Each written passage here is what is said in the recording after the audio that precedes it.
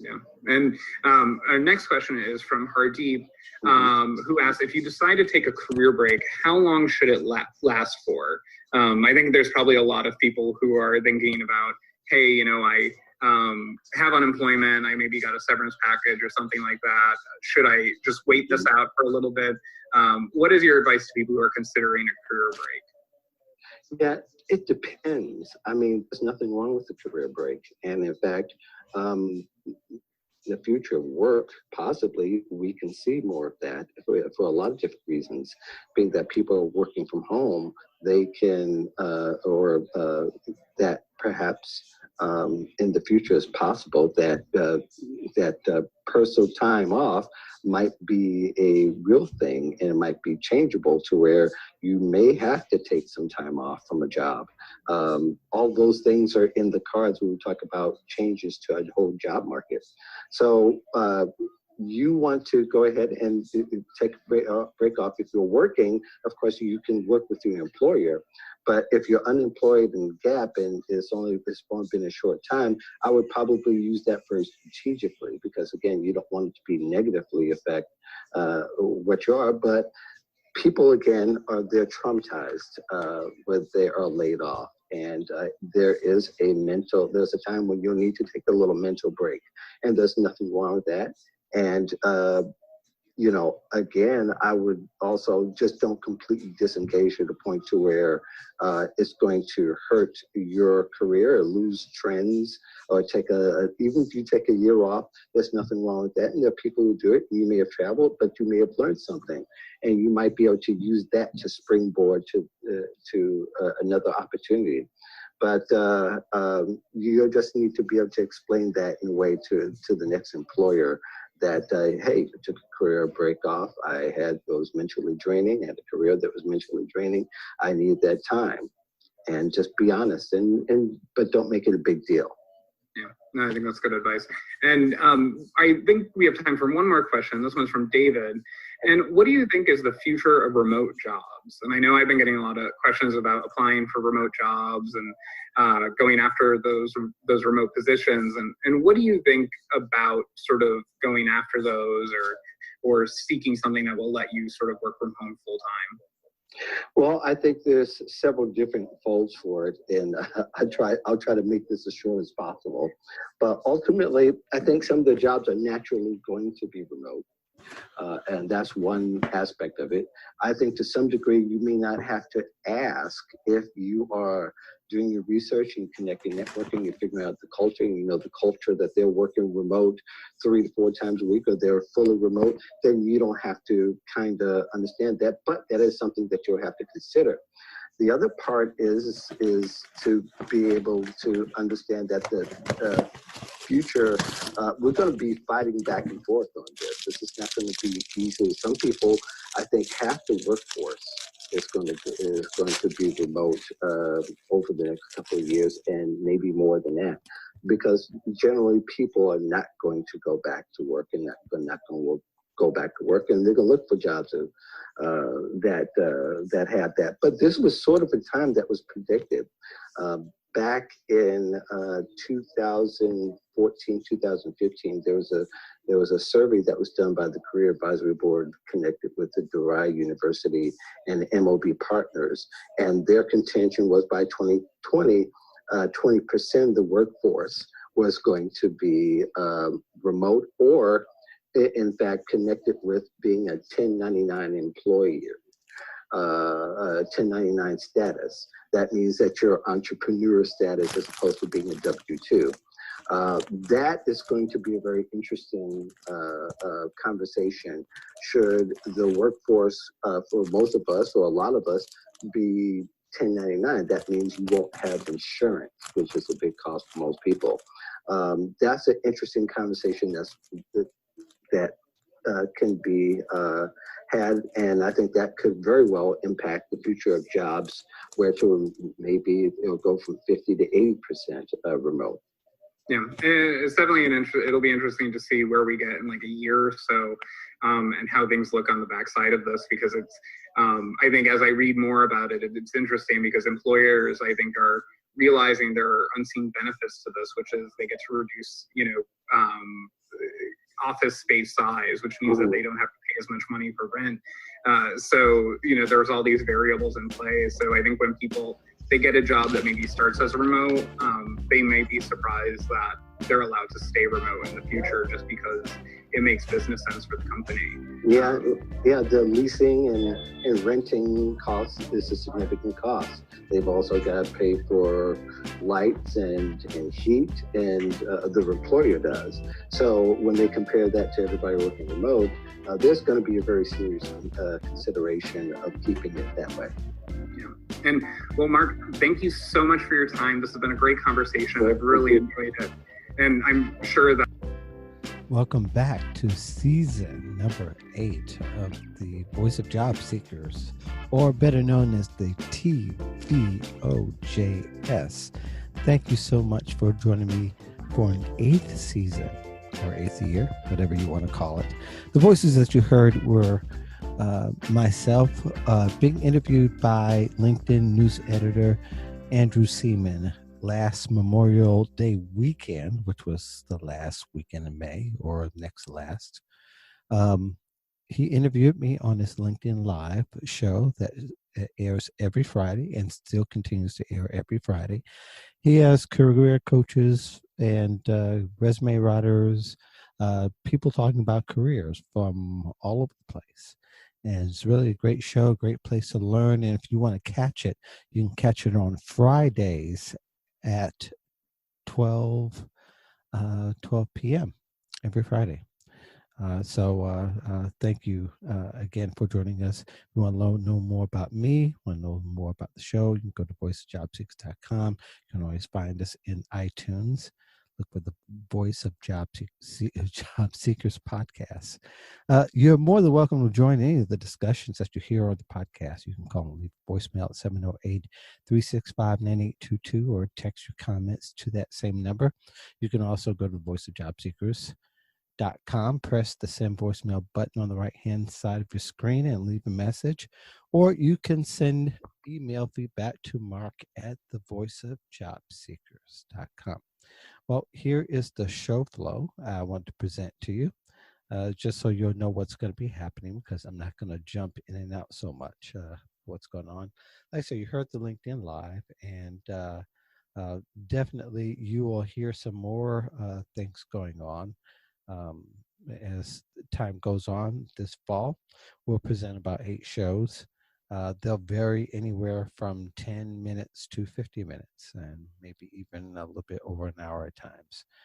Pretty much recorded all of the shows except for one that I have coming up here in the next week or so. 421 modern job search tips for 2021 is an update from last year's 320 modern job search tips for 2020. You can sign up for that in the blog. It's a free ebook that I'm updating. I update every year. There's going to be more than 421 job search tips, but this is one of the largest free ebooks that I know of. There might be more, but that is a substantial amount of job search tips. And we're going to have different angles and ways to look at job search this particular time. More so than we have in the past years. And we'll talk more about that as we get closer to that. If you want to get it early, you have to sign up by October 30th so that you can get it then. Otherwise, it's going to be released to everywhere else on November 13th. And there are several places where you can possibly get a copy of that, but basically you have to come to the blog, thevoiceofjobseekers.com. We're going to spend a few minutes today with Jack Kelly, who is turned out to be a friend, and we are doing a joint weekly LinkedIn Live show, which we'll talk a little bit more later, but you can go to the show notes and the link will take you to the page with the show with Jack Kelly and I, which we do weekly on Wednesdays at 1 p.m. Eastern. And then also, he is the CEO of werecruiter.com, and he's my guest for today as we talk about reinventing your career. Another weekly live show that I'm involved with is with my friend and mentor and also upcoming guest, Damian Burkle. He's actually was a guest about 5 years ago on the show. It's been roughly about 5 years. And he's an author. He has an organization that's helped more than 10,000 people find opportunities called Professionals in Transition. He is an OG in the space. At one time, there wasn't a place where you couldn't find him in the media nationally. I'm also doing one with him, and we'll talk more about it later. But if you want to find out about that show, go to the show note link and show notes, and you'll find the link there. Lastly, before we get into Jack Kelly's segment, in the final segment of today's show, the Job Club, which I've been talking about from the last season.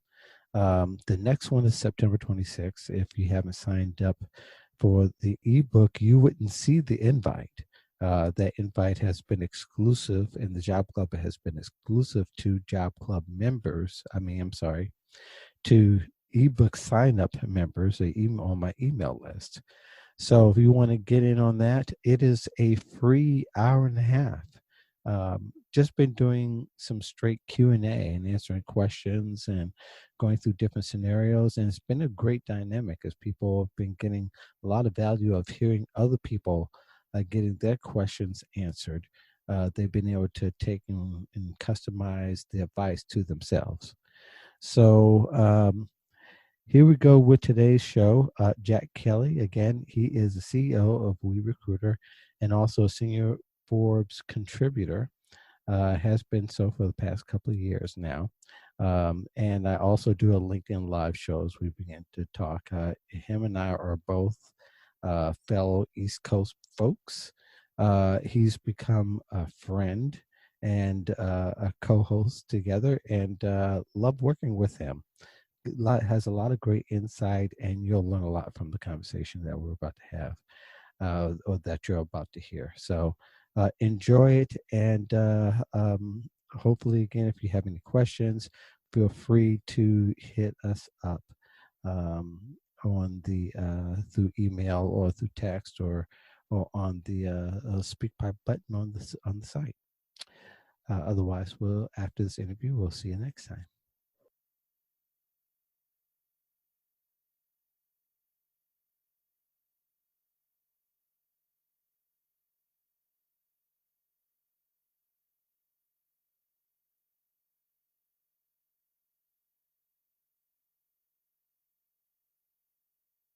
Unbelievable to think about. Like 57 million Americans have lost their jobs since the start of the pandemic.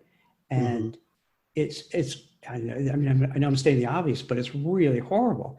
And what's even more challenging is that when you're a job seeker, and Mark, you deal with this every day too. Yeah. It becomes a very isolating event. You get, especially if you're at a place like I am in New Jersey, where you're still under lockdown, you're stuck in your home, you can't go out, you're in between roles, and you just don't know what to do, and you feel alone. So I thought it'd be really super helpful to have a place where people could go and they could just, at the very least, commiserate, to vent, to commiserate, to get, to get ideas, because think about it. It's so crazy. You can't go outside really for the most part. You can't go to temple, you can't go to church, you can't go to sporting events, you can't go to restaurants or bars. So you don't have that social interaction. And if you're in between jobs, as you really need to get out and meet with people and get ideas. So this way you can get great leads to find a job. Yes. And I kind of love the dynamic that we have in what we call our job lab, where people can hear, as I go through like a Q&A and try to get as many people help as much as possible. When you hear somebody else's ongoings and their challenges and even their successes, you get inspired, and you might be able to blueprint some of that for yourself and to customize it to where you can also make do of that particular strategy as well. So it is a great strategy. And yeah, there's so many job seekers that are out there that are out of work. The messages, the emails, constant. And I want to help as much as possible. And this is one of the ways that we do it. Also, I should mention that Jack is a Forbes senior contributor to careers on Forbes. So there's a lot of people that read his column. He is an incessant writer. I thought I didn't meet somebody who wrote more than I did, and you write a whole lot more than I do.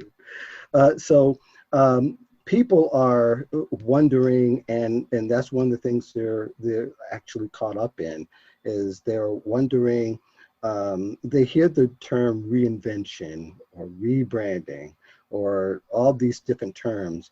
What's the simplest way for you that you explain to job seekers that they, how to pivot and how to modify their job search to reach the market and the job market that they want to reach? It's a good question. I think what happens is this, you have, I would say probably the majority of people who are looking for a job will say, hey, I'm an accountant. I've done XYZ in accounting. I'm looking for a new job, and I'm just looking to continue in that way. I'm going to look for a similar job, maybe get to a manager level or higher. But there's a large amount of people, particularly in this point in time, for various reasons, where they say, I don't want to stay being an accountant. But I'm finding out, and I think we chatted a little bit before the other day, that you see this too, that a lot of people in this COVID-19 pandemic are starting to reassess their lives. They're thinking, hey, I've been doing this thing for 5, 10, 15, 20 years, and I don't know, do I still like it? Or maybe I don't like it anymore. Maybe I just was on this hamster wheel and never had time to sit back and really think, what am I doing with my life? And I mean, this is going to sound, kind of crass in a way, but when people are looking and they see the amount of cases of COVID-19, the amount of deaths, it starts making them reassess, like, hey, life is very short, it's fragile, it's precious. And what am I doing with it? So I saw this happen also after 9/11 and after the financial crisis, where people start reassessing, what do I do with my life? So there's a group that are saying, hey, I just got to do something different. I have to find, another way to manage the rest of my career, whether you have 5 more years, 10 more years, 20 more years, whatever, but to really say, hey, I got to make a change. Then you just have people who, as I mentioned before, are just sick and tired of what they do. You do something for so long and you're like, all right, I can't do this any longer. This is just driving me crazy. What do I do? And then you have to start figuring out a way to, like you said, either pivot, have a plan B, reinvent yourself, however you want to call it. But it's really saying, hey, I have to do something different. I have to improve my life, improve my career, make a change, and just to make me happy and feel good about getting up in the morning. Yeah. And, to add to your point, I think a lot of people get stuck in the growth mindset that they have to grow in a specific area, in a specific industry. That may be true, but sometimes you get disenchanted, if that's a word in a sense, and therefore you may have to resign yourself to pivot. Some people do start over, and that's okay. A lot of people they wait a long time after they've been miserable for a long time, and they run out of creativity, or it gets stifled, and they start to back off of those particular goals, and it doesn't have to be that way. Absolutely. It's interesting you say do-over. When I was a kid, I grew up in this place called Canarsie, Brooklyn, and what you would do, we would play pretty much any sport in the streets. But it was crowded. It was a city. So you'd have cars coming and going and people pulling out of their driveways. And as we're in the middle of, let's say we're playing football, in the middle of play, we'll have to call it a do-over because a car came in and stopped it. So it's like, stop what we're doing. Whatever happened before doesn't count anymore. It's over. Call it do-over and start all over. And that's what it is. So I like how it brings back a memory. So that do-over is like really important, even when, so when you're an adult, to say, hey, all right, I invested all this time and effort and energy into one area, but I don't want it anymore. And now you have to take a step back. And this is hard to do. Right. Hard to do more. It's hard to, because the chances are you'll end up making a little less money. You're wrapped up. Your identity is wrapped up in your job and your career. All your family and friends are going to look at you and like, what are you doing? What's wrong with you? But as you pointed out, like, you get to a point where it's just enough is enough. You can't take it anymore. And we've all seen that in people. Think about how often do you speak with a person, either professionally or personally, and they emanate that that anger, that unhappiness, that bitterness. Whereas if you meet somebody who really enjoys what they do and they're happy about their job, it's such a different experience. You feel that. They walk into a room and the mood is better, as opposed to that other person walks into the room and you have a weight. You feel uncomfortable, like they're bringing something along with them. And that's probably what you were saying when you reach that point where maybe you should have done this a long time ago. And now it's just not working. And then what I find out too is that not only does it affect you, but it affects the people around you, affects your family, affects your coworkers, because they all sense it. And then you end up doing poorly in your job because everyone can pick up on it. Right. And I get concerned a little bit at times, because people, they have such a different reaction that they get to a certain point of their life, and they get discouraged that they have to start over, or they get discouraged that they have to pivot. And I can understand that. I've been there. But in this day and age, I think there's a mind set shift that needs to happen too. That reinvention may have to take place a lot more often than their fathers and grandfathers and grandparents have in the past. Yeah, and you're right. It does take time. I mean, could you take your skills, your talents, your background, and then move it into something else? Yes. Could that happen quickly? Yeah. But I'm a big believer in manage expectations and plan. Not that everything will work like that right away, but plan whatever you do, that there are going to be a lot of obstacles, hurdles, jumping over walls. It's not. I like the plan that it's going to be hard, because then if you do it and it's easy, you're like, oh, all right, this is great. But if you think it's easy and then you run into these roadblocks, it's going to be hard for you to continue. So it is going to be a challenge. It's not so easy, because it does entail a lot of times maybe taking a step back. Maybe you have to go back to college, or go to college and get a different degree, get certifications, get some licenses, learn something new. You may be at a senior level role, and you have to put your ego aside and say, all right, I got to start over, which for a lot of people, that's rough to do. That's tough to put that aside, and now all of a sudden you're the low person on the totem pole, and before you were the senior person. Yeah. And I just want to remind me, even if it's just a couple of people watching the show, whether it's 1, 2, 10, I haven't seen the numbers, but share the show, share what's going on here, especially someone, feel free to tag people and feel free to put in questions in the thread so that we can answer them even while we're online here, as we're beginning to talk more about reinvention and reinventing your career, because this is not going to be the first economic downturn, and it hasn't been, but it's just it caught everybody by surprise of how this is manifested, and it's been like a slow avalanche in a lot of ways, because in some ways it's gotten better, then it gets 10 times worse. So the news just keeps going on and on. And I know that you wrote an article recently about sustaining a positive attitude. Maybe there's a couple of things that you've gotten from our joint discussion on LinkedIn, and of course, maybe some from the article that you offered, on how people can really reshift and gain a more positive attitude. Yeah, thanks for bringing that up. It's, I'd say that's probably one of the biggest issues. Both people who are in between roles and people who, are still working, is how do you have a mindset that gets you through it? Because let's be honest, it's rough.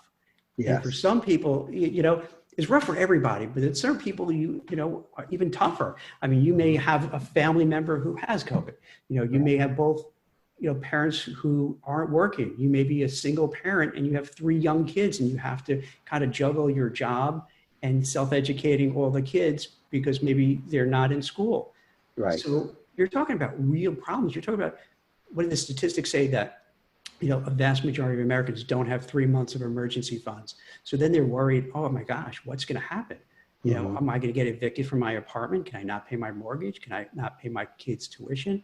So when you pile these on, it's not easy to just get up every day and not just hide under the blankets and hope it goes away. So so I'm a big proponent is that when you're going through this, you have to pay attention to your health, your mental health, your emotional health, your physical health. And because if you don't have that, you don't focus on that, it's easy to spiral downwards. It's easy to get really negative, especially if you're looking for a job. You fill out these long, glitchy applications, you don't hear back, they disappear into the hole, of these, corporate, ATS systems. You send out resumes, nothing happens. Maybe you get an interview, you get ghosted. So it's so easy. It's so easy to get dejected, to get depressed, to get stressed. So it's almost like you have to sit down and put a plan together and say, hey, either this is happening to me or this could happen to me. So let me figure it out. And it's a consequence of a whole bunch of little things. Mark, it's like, instead of focusing on all the negatives, you try to think of everything positive. Like, for instance, you talked about the We Meetup group we just started, is that if somebody has like a phone interview, it's great. That's a victory. Right. Maybe you'll get it, maybe not, but yes, that's fantastic. If they made a good connection that could give them a lead to a job, great. So every step of the way that you look and you want to collect all those positives so that you're not just dwelling on all the bad stuff. And then on top of that, you have to make sure that you're just keeping yourself in the game. So you don't want to be sitting on the couch all day, binge watching Netflix, eating potato chips, not you're drinking too much, because then instead of getting stronger, you're just wearing yourself down. And it's unfortunate because I think in our society, we don't like talking about these things too much. We always want to talk about, like, say, hey, Mark, how are you doing? And you're like, I'm doing great. Jack, how are you doing? I'm doing great. Yeah. And you don't want to discuss the real issues that we have to cope with. Yeah. And I think it should be okay to discuss the challenges that you're going through, and just with a regular person. I think what begins, our culture has changed more from having conversations to having a lot of hot takes. Instead of a little bit more empathy, there's more of, well, automatically I have a solution for you. Instead of just saying, how do you feel? How did you feel when you got turned down? How did you feel making it all the way to the last round and didn't get the offer?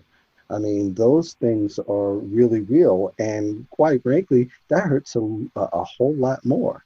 I mean, you think about how, like, for instance, Ben Johnson, who went all the way, I think he went to the South Pole first and didn't quite make it, and came back with all these injuries. And I believe one of his crew members, all the teeth were lost from all the chattering because it was so cold. It was near death.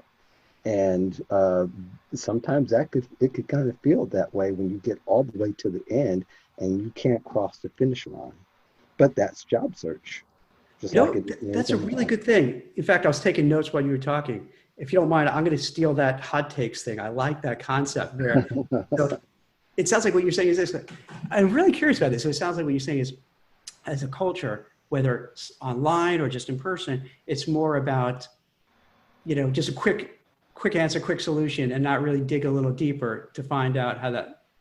Yeah, and I noticed that in a lot of conversations where people will give their hot take, but it's sometimes to get to their problem, or to get to where they're at instead of listening and trying to help the other person. And that's probably the difference between real friends and people Right. who are just associated with you. But a lot of people have that short leash for people who lose jobs, like it's their fault. And we Yeah. should know by now, in most cases, probably, I can't put a percentage on it, but it's not the person who lost the Yeah. job. It's particularly their fault. It's interesting. It's interesting to say that because, I was speaking to uh, a job seeker, and that's exactly what happened to her. Is Hmm. that rather than getting support, I was blown away by this, and maybe I shouldn't, but what she was saying is that rather than getting support from her family and friends, Hmm. is like kind of victim blaming. They're Right. making it like it was her fault. And I was incredulous. I'm like, wait, how, like, are they living under a rock? Don't they realize how tough this market is? How can you not be sensitive or try to help? But Right. I guess that's a thing. Yeah, that's a real thing, and I think when we don't, you and I do that because that's something that we've Yeah. learned through listening and hearing 1,000 job seekers, and it's not always possible to give somebody 100% empathy as far Yeah. as time, but we definitely can give them that moment to express themselves and to kind of air out the dirty laundry for a moment. They can't stay there. I'm not suggesting at all that somebody let somebody wallow in pity, but Yeah. there comes a time when we need the other person needs to know Yeah. and have that. We use the term emotional intelligence to be able to say, "Hey, this person's hurting. Let me see if there's something else I can do." And sometimes it just takes a minute.